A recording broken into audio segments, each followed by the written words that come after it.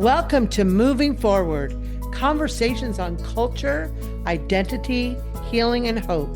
I'm your host, Linda Anderson, and I created this podcast as a space for real, heartfelt conversations with people who are reflecting, evolving, and boldly stepping into what's next. This podcast was born out of my own journey through seasons of loss, transition, and transformation, and my belief that healing happens when we come together to share our stories. My hope is that these conversations will inspire you to pause, reflect, and find courage as you move forward in your own life. Today's conversation is about identity, creativity, resilience, and the relationships that shape our lives. My guest is George Anderson, a creative leader whose career has spanned more than 4 decades in the entertainment industry. From designing business cards in a small office in Trenton, New Jersey, to helping lead campaigns for some of the most recognizable films and brands in the world. George's professional journey is one of intent, persistence, and extraordinary creativity. Throughout his career, he worked with organizations including MGM, Sony Pictures, Cimarron, and most recently, Trailer Park Group and Art Machine. Along the way, he contributed to campaigns for iconic titles, including Men in Black, Matilda, Rain Man, Spaceballs, Star Wars, James Bond films, Twilight, and many others across film, television, live entertainment, theater, and streaming. But George's story extends far beyond Hollywood. Raised in Rockaway, New Jersey by a young mother and a father who served as a police officer, George navigated challenges that helped shape his resilience, his compassion, and understanding of what it means to belong. Along the way, he found the courage to live authentically, build a remarkable career, and create a life grounded in love, friendship, and purpose. As he prepares to retire after an extraordinary career, George reflects not on the campaigns or titles, but on the people who became family and the relationships that made the journey meaningful. However, before we begin, I want listeners to know that George was also my cousin. We grew up together being just 18 months apart, and I've had the privilege of watching many chapters of his life unfold. Today, I'm especially grateful for the opportunity to reflect on that journey together. George, thank you so much for giving up the time, and welcome to the podcast Moving Forward. Thanks, Lynn. Can I call you Lynn, or can I call you Lilypad? We'll start off on that note. Anderson. Thanks for the kind words too. It's very sweet and wonderful to hear you say them, and I'll try to live up to them through this conversation. Okay. So as I said, you're preparing to close this big chapter, many chapters of your life. So as you prepare to close one chapter and begin another, what has surprised you most about looking back on your life and your career? Well, it's funny because I've been thinking about retirement for a while, and I've been part-time since January through now. So I've had time to look back. And what has surprised me most is how incredibly fast it all goes. The big things, the little moments, the victories, the setbacks, they all seem to blur together at this point. I've realized that life isn't just made up of milestones. It's made up of those ordinary days shared with your amazing people. If I've learned anything, it was to be present, to appreciate the ride, and every once in a while, stop and pinch yourself. Mm-hmm.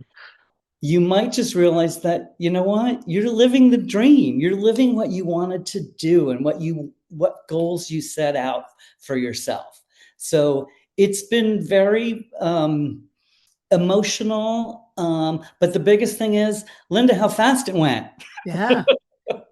It did. It went really fast. However, as we continue into this conversation, the things that you've accomplished over all those years and the people you've touched. I mean, truly a purpose. And that's really this podcast is about that, is about moving forward. But we're having a conversation on that hope and that moving forward that you've touched so many people's lives.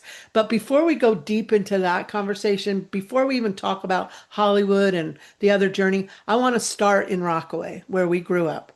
So, what are your strongest memories, some of your strongest memories of growing up there in Rockaway, New Jersey? Well, I just want to say that I have nothing but fond memories of Rockaway. And first and foremost, for me, it was family. Mhm. It was you. It was your brothers, my brother, us all hanging out, holidays at your house, the wonderful craziness of it all. Grandma Dot, Libby, we were so fortunate I mean, I lived down the street from my grandmother and my great grandmother. And to be able to grow up and have a strong bond with your great grandmother, how lucky were we? Mhm. Also, the friends we had in Rockaway. I mean, Rockaway has a wonderful cast of characters, um, and I'll leave it at that. But I've got, such amazing memories of the times with those friends. I want us to shout out to the teachers. I was a nerd who loved school and enjoyed every second of it. And also, I can't talk about Rockaway without my experience at ShopRite, which was a supermarket on the East Coast. And I think, my dad got me a job at the ripe old age of 14 or 15 years old. I'm not sure if that was even legal. But I think I learned just as much in that supermarket that I did in college. Working with the general public was eye opening and wonderful.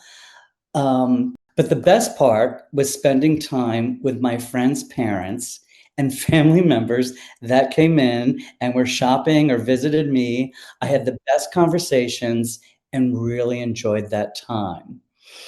And one more thing, I have to mention Smitty's. Smitty's was our little neighborhood bar that I think we all have fond memories of that place. And to this day, I still love going back there and getting the old gang together and just hanging out and reminiscing and talking. So I want to pull out some things you said though too, as far as and to all the listeners that are listening actually throughout the country. Yes, it's a great town. It was a great town to grow up in.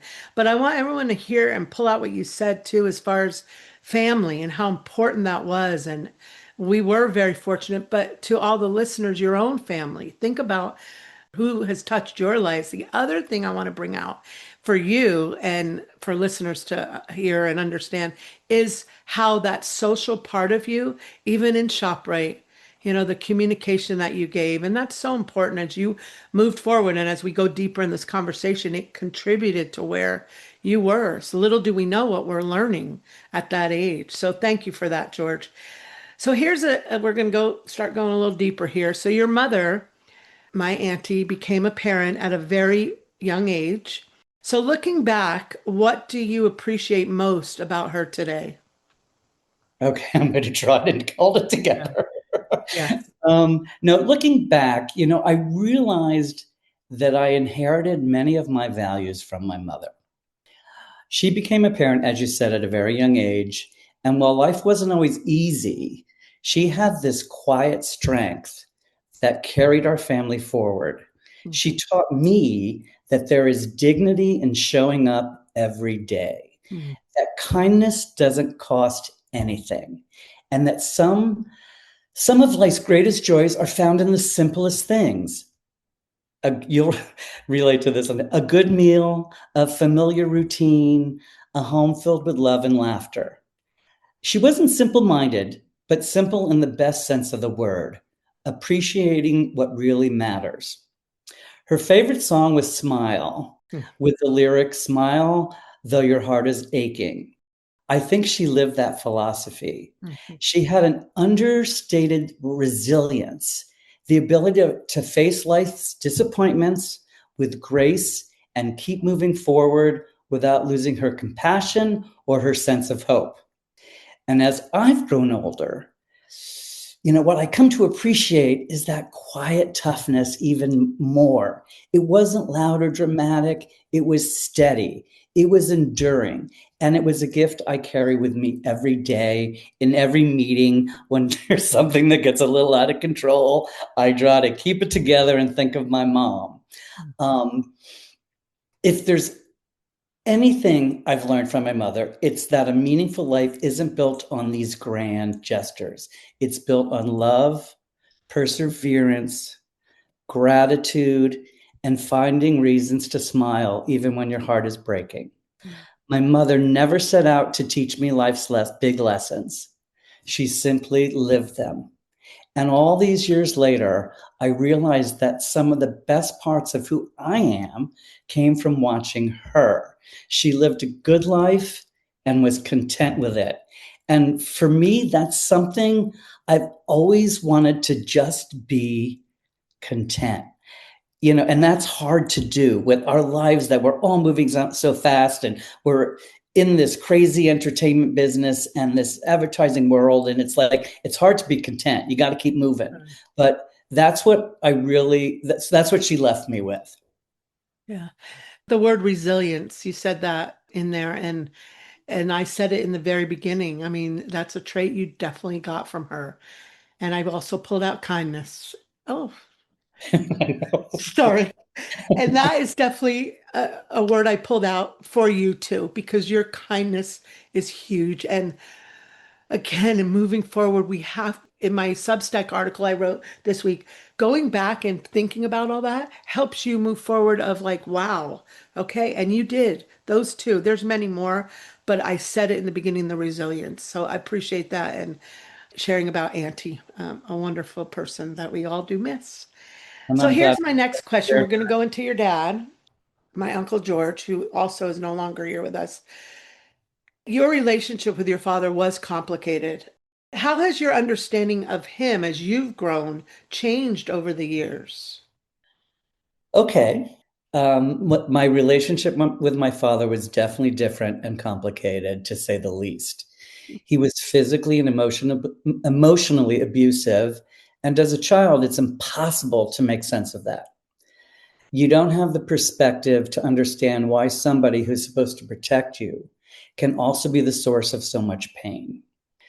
Time has a way of changing how we see people, not necessarily forgiving or forgetting, but understanding. As I've gotten older, I've realized that we were all shaped by countless influences: Hmm. our upbringing, our experiences, our fears, our disappointments, and the examples set before us.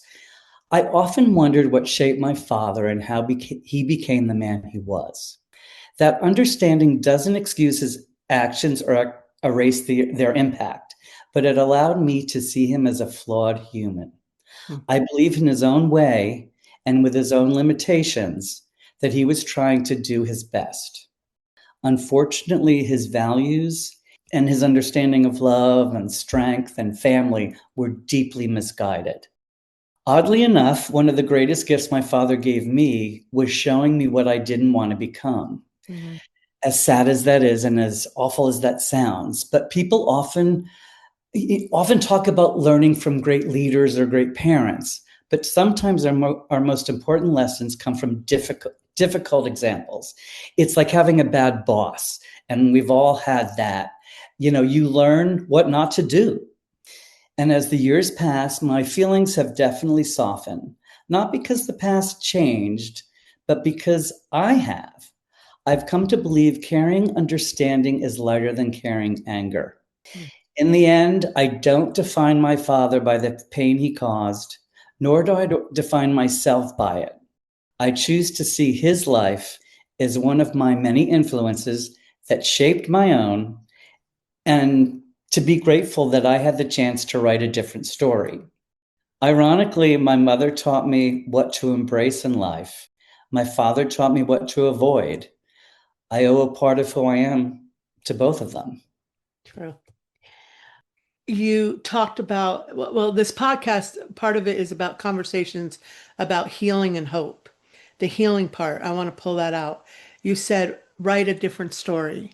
And I appreciate you saying that and the fact of as you were healing and as you healed, you wrote a different story, and we're going to hear a lot more about that. So thank you. And then the understanding and bringing out flawed human and linking it to bosses or whoever else that may come on our path.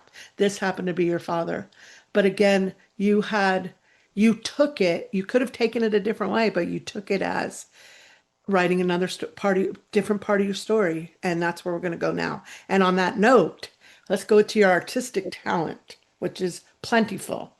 So, George, your artistic talent showed up early, and I'm a recipient of that.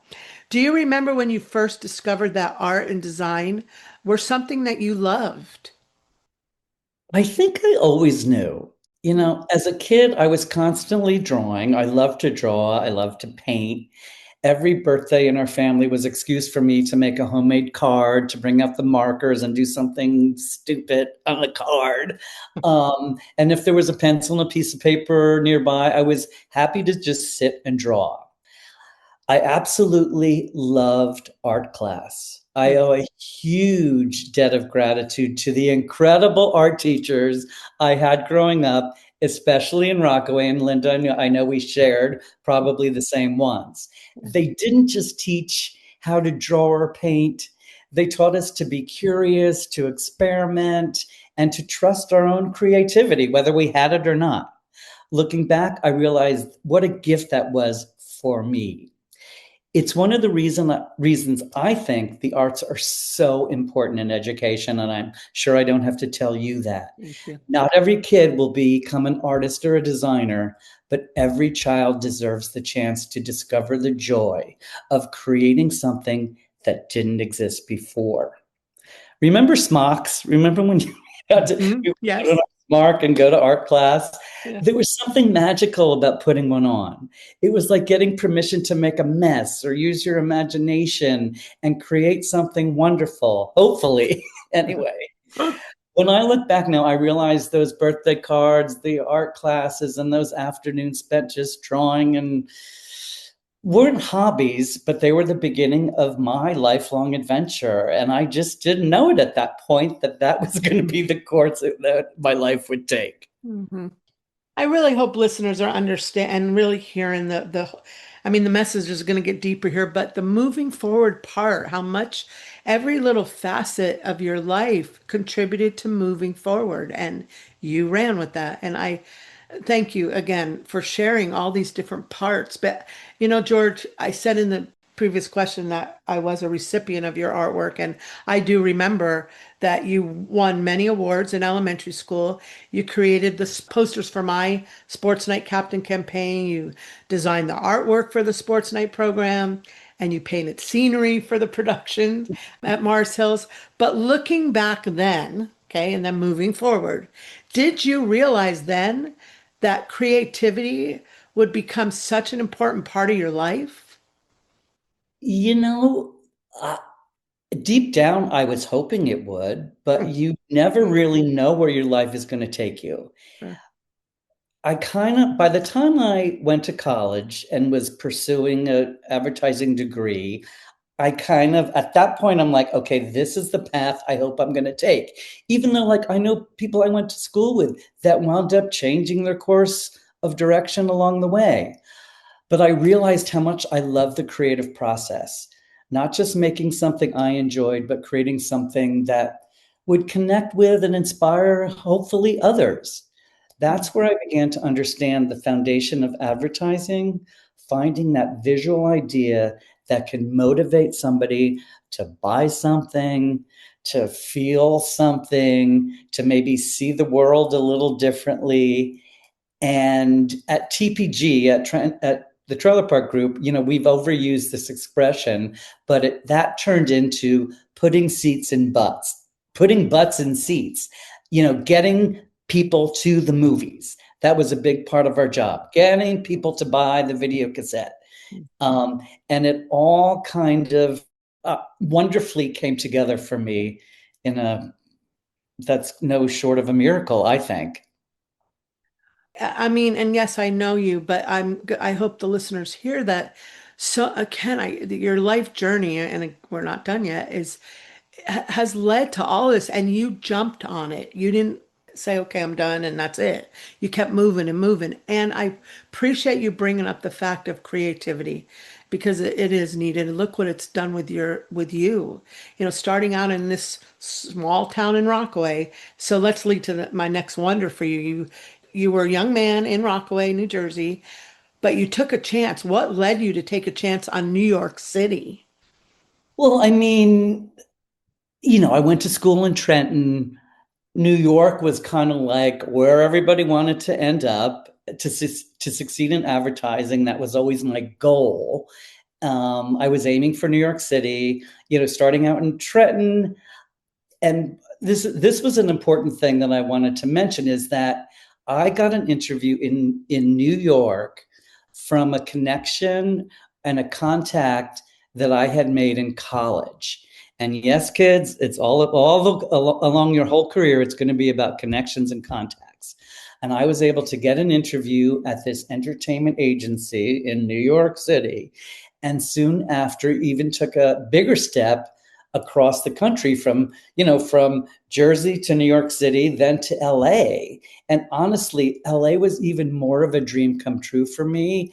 And there was a door opened, and I didn't hesitate to go through that door. So I want to say to the listeners that the connection word that you used, that's so important. But your connections that you were able to make, it was because of who you are, you as a person, your kindness, your ability to impact others and have conversations with anybody that crosses your path. And I appreciate you saying that because that's what's critical that I'm hoping listeners hear and for these children that we're now trying to move forward in their lives. So, but when you look back on your career, was there a moment when you realized, I can't believe I get to do this for a living? And that makes me my eyes well up because honestly, Linda, I would say it most days. But I do remember Hmm. like the first time I felt that way. And it was literally when I was living in Trenton. I would get up at 5 o'clock, 4:30 in the morning, Hmm. take the 6 o'clock train to Penn Station, walk from 36th Street to 54th Street and Ninth Avenue to my little agency. I would be the first one there, unlock the doors, go in, and look at our bullpen of designers that weren't there yet, look at my desk and think, wow, I honestly can't believe I'm here in New York City. And then as the years go by, I'm walking down the halls of MGM. I'm walking down the halls of Sony. I'm walking down Cimarron. And finally at Trailer Park Group, which at that point was the biggest entertainment marketing firm in the world. And I'm walking to my little corner office overlooking Hollywood, that all the way to the ocean. And that's when I really was like, okay, every step of the way, I've had to pinch myself Hmm. because I can't believe I've come that far. But you did, and again, listeners, there's reasons. It's who you are as a person, your character, your integrity, all of it. It leads to that, and I want people to understand that you don't realize who you're touching as you move through these journeys, and that's what you did. So let's talk about your work that you did. So you've done a lot of work on some iconic films and campaigns, as I stated. What are a few memories that still make you smile today? And again, there's way too many. I mean, in our business, there is pulling the team together, uh, getting through long nights, getting through all-nighters on, some of the, like you said, some of the biggest brands in the world, from Star Wars to Men in Black to the Twilight series. And just, it just, sometimes it doesn't come easy. Sometimes it's 3 a.m. and we're pulling the team back together and saying, okay, let's start over. Our presentation is in 7 hours. Let's see what we can do. But there's out of all the things that make me smile, and looking back at this career, there's so many highs. But I was working at Trailer Park Group in 2020, and it was we were in an executive meeting, and I'm trying to remember this exactly. We were in an executive meeting on Wednesday, and it was right before the Gay Pride Parade, and that year they were partnering with Black Lives Matter. Mm. And we were sitting just talking, and we're going like, what if we painted all Black Lives Matter in front of our building down a whole city block on Hollywood Boulevard? And amazingly enough, further meetings were had with the Black Lives Matter people, the city, permits were pulled, paint was bought, actually donated, I think. And by Saturday morning, the folks from the Trailer Park Group, our whole family, our little community of the agency that we all loved, were down on Hollywood Boulevard painting it in rainbow colors for the parade on Sunday. The star the stars aligned, and we pulled off that miracle, and it still makes me smile and tear up when I think about it, because it really, that shouldn't have happened, but it did. This is going to go into my next wonder question that I have, but it's your collaboration and your leadership skills. So my question is, what did you learn about leadership and collaboration from working in such a creative industry? I you know Along the way, you pick up things. And I learned that effective leadership is about keeping your team, motivated, energized, and focused, while creating an environment where people genuinely enjoyed the work that they were doing and the people that they were doing it with. In a creative industry, there are often, like I said, long nights, tight deadlines, crazy clients, and even the occasional weekend commitment. So maintaining morale is just as important as delivering great work. What stood out to me most is that a creative team succeeds together. Mm. You support one another through the challenges, you protect each other when the pressure is high, and you celebrate each other's successes. And I've always described my team when I'd be in a meeting where I needed to describe my team. And I always said that they have each other's backs. And that's not always the case in every agency out there, but it is. We do have, or we've created this family where we had each other's back. And that best work comes from the collaboration, the trust, and a shared commitment to achieving something greater than just one person could accomplish alone, honestly. I want to pull out the word you said of protect each other when the pressures are high. I think I might post that on my social medias because I think it's something we all need to live by right now, really, at this particular time. But I want to switch the conversation just a little bit. So, growing up when we did, conversations about sexual orientation were very different. What was that experience like for you? Okay, we're shifting gears. To be honest, there really weren't many conversations about sexual orientation when we were growing up, at least not positive ones. The messages I heard were often dismissive or negative, and words like queer were used as insults rather than any kind of embracing of identity. And I heard queer, honestly, out of every single parent's mouth that I remember growing up, for whatever reason, because it was like a brand that stabbed me in the back just hearing that word. Um, and again, that's why representation matters so much. I remember one of the most meaningful moments for me was watching the television show Soap, which Mm, featured an openly gay character, I think maybe one of the first ones, mhm. played by Billy Crystal. And seeing someone like that on TV was incredibly impactful. For the first time, I felt seen. Not that I told anybody about it, but I felt seen. It was a reminder that gay people could exist as real, complex human beings that could be funny and not stereotypes or just punchlines or villains or whatever. Looking back, that kind of visibility was powerful. It helped me realize that I wasn't alone. And Mm, there are definitely little breadcrumbs of those throughout my early life, but not many. And there were not many discussions. true. The part that just got my heart, the words that you almost pretty much said at the end was visibility and alone. I'm not going to go deep in this and I'm getting a little choked myself, but shame on us. I'm just going to say that alone. But George, you did find the courage. What helped you though find that courage to live more openly and authentically? Let's I guess what ultimately gave me the courage to live more openly was realizing that until you come out, you're often living somebody else's version of your life rather than your own.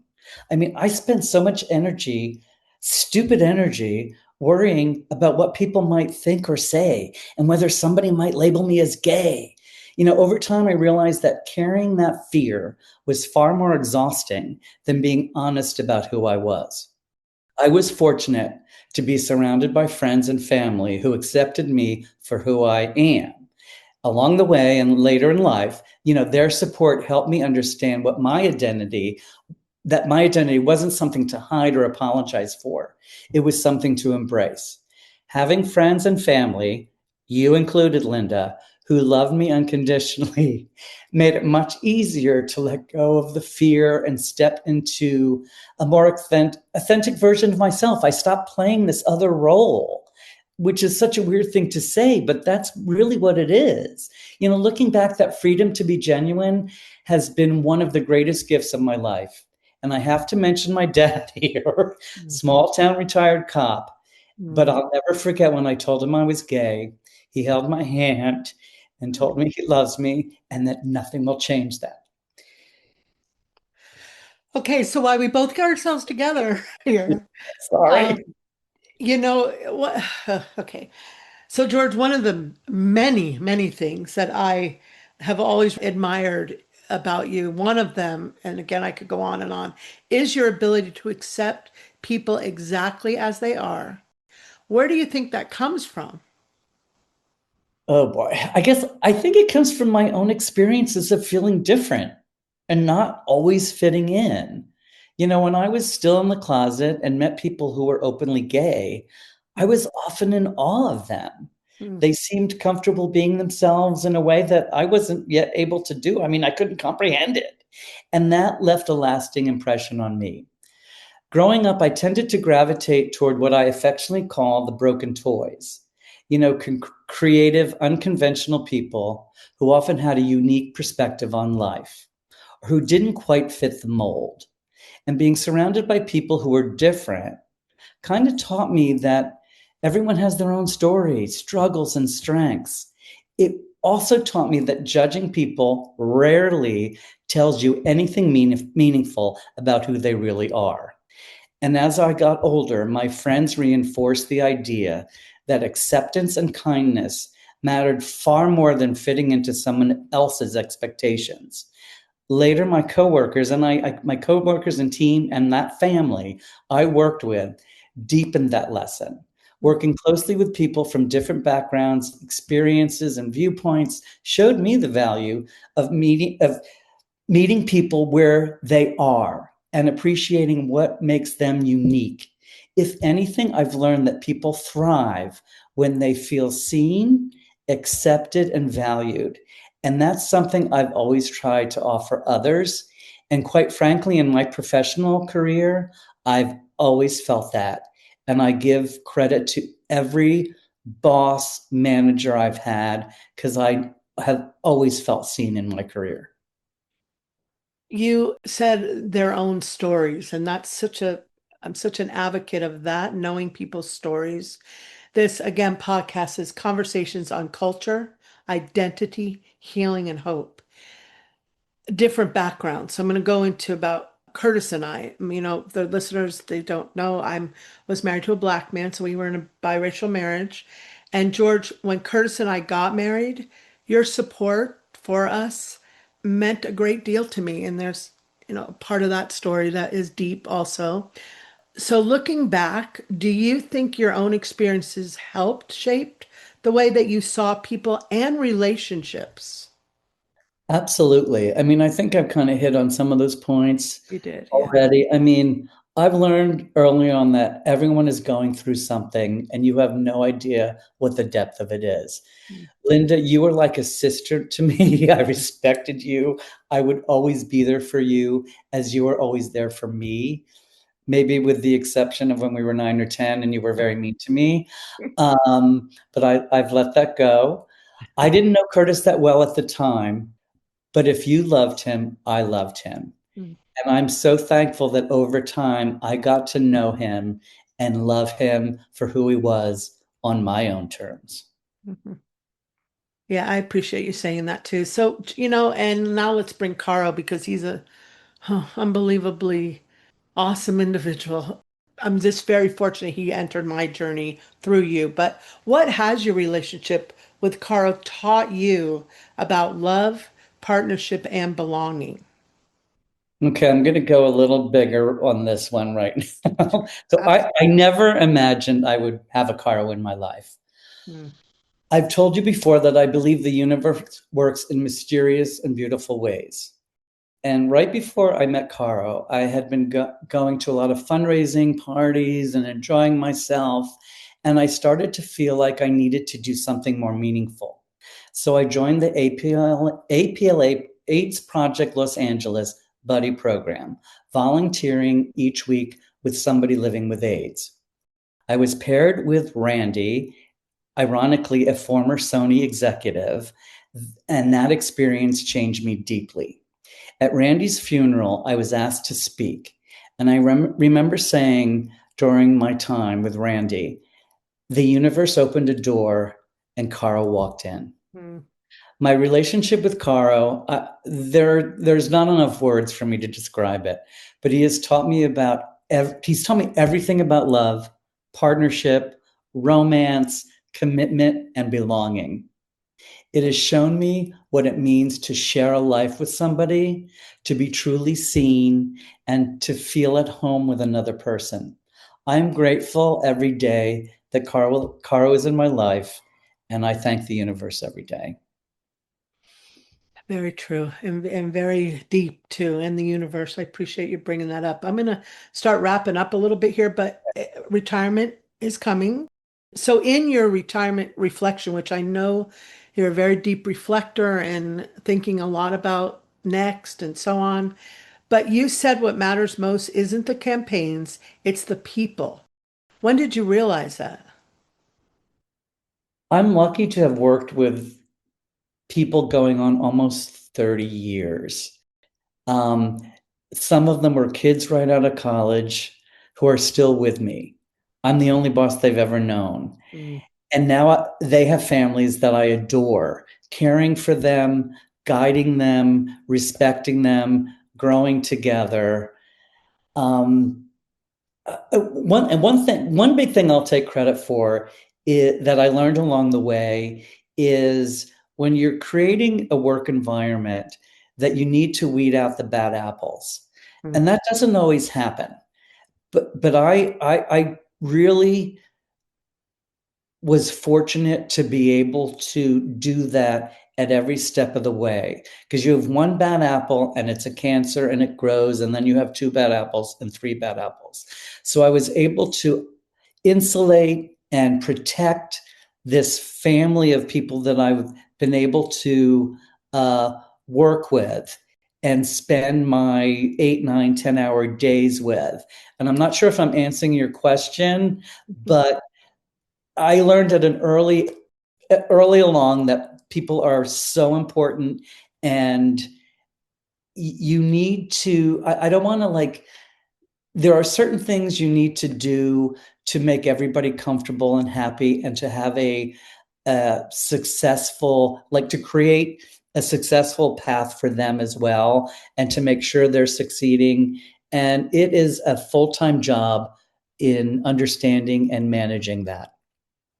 Well, and it goes to again what you've been talking about all along, or in several of the conversations, is about relationships, and that's who you are. And, you said it, not judgmental, looking at people, what's their story? Who is this person in front of me? And I just hope that cements in people's mind because it's so true of where you've even come. So, George, when you look back, though, at that young artist in Rockaway, New Jersey, who was sketching, who was painting scenery, creating posters, and this is for the young listeners, what would you tell him, you, about the life that was waiting ahead? Oh boy, let me gather my thoughts. um, I tell him that the road ahead won't be straight, pun intended. There will be bumps along the way. I'll tell him that he has no idea what's waiting. He'll work on movies he can't yet imagine, meet artists and legends he'll someday call friends, and discover that creativity can open doors he never knew existed. Hmm. But the most important gift will, like you said, will be the people. And his coworkers will become family. His friendships will last decades. He'll find the love of his life. He'll laugh more than he thinks possible and discover that love and loyalty are life's greatest achievements. Trust your instincts and be kinder to yourself. And I tell him something he won't believe, that one day he'll look back on this life he built and realize that that kid sketching and painting in Rockaway had already figured out the important part: Hmm. to make things, to bring joy, to leave the world a little more colorful than he found it. I tell him that dreams really do come true, and I tell him to enjoy the ride. It goes by way too fast. And don't worry so much. You're going to have a wonderful life and it will feel earned. And I know, many different listeners out here that listen to this podcast. And I'm going to pull the words out, enjoy the ride, because younger, we don't really see that. As we get older, where we are now in our season of life, we do see that. So to the young listeners, enjoy, as George just said, enjoy that ride. So, George, I have one final question for you. So this podcast is moving forward. That's the title. So as you're moving forward, what are you looking forward to in this next chapter? Ugh, to be honest, I've been so busy for so long that I haven't spent much time thinking about what this next chapter will look like. What I do know is I'm looking forward to slowing down a little and creating more space to just enjoy life. I want to continue investing in the friendships that have meant so much to me over the years and make sure those relationships continue to grow and thrive. That's super important to me. As always, I'm excited to travel, explore more places and experience new things. And on a more personal level, I'd like to develop a daily practice, and Linda, maybe you can help me with this, of reading and writing and making time each day to just reflect and create. Maybe even I'll pick up drawing and painting again. But more than anything, I'm looking forward to have the time and freedom to be intentional about how I spend my days, focusing on people and passions that bring the most joy. I'll be saving more animals and I'll be volunteering for sure. And I look forward to that. Oh, I hate to have this end, but I know that I will see you. But the list to the listeners, George, I want to thank you so much for sharing your story with us today. As I listened to the conversation and as I was taking notes as you were talking, I'm reminded that our lives, they're rarely defined by a single achievement or a title or a moment. They're shaped by people who believe in us, the challenges that help us grow. And I'm thinking of your mom, auntie, and my uncle, and your dad, and the courage it takes to be ourselves, and the relationships that sustain us along the way. Oh, and Carl is who comes to my head now. So, from a young artist growing up in Rockaway, New Jersey, to a remarkable career in the entertainment industry, Your journey is definitely a testament to the power, and please, listeners, hear this for the young people, the power of creativity, resilience, authenticity, and I want to pull this one out big, love. So important. What stands out most, though, is not simply the work that you've done, but the life that you've built, the friendships you've nurtured, the people you've supported. Everybody hear that because that is what George did throughout his journey. And the example that you've set by living, let me say this bold, as your true self. As you begin the next chapter with Caro, I I know I'll be in your life still, but I want may the retirement bring you new adventures, and it will, new opportunities for creativity, and you shared that, and more time to enjoy the people, and you said that too, that matter the most to you. And on a personal note, I want to thank you for being such an important part of my journey and our family story. Oh, sorry, listeners. But I am so grateful for the many memories that we've shared and for the ways that you've touched the lives of so many people along the way. So, again, I love you. Thank you. And to all the listeners, thank you for joining me on the Moving Forward podcast.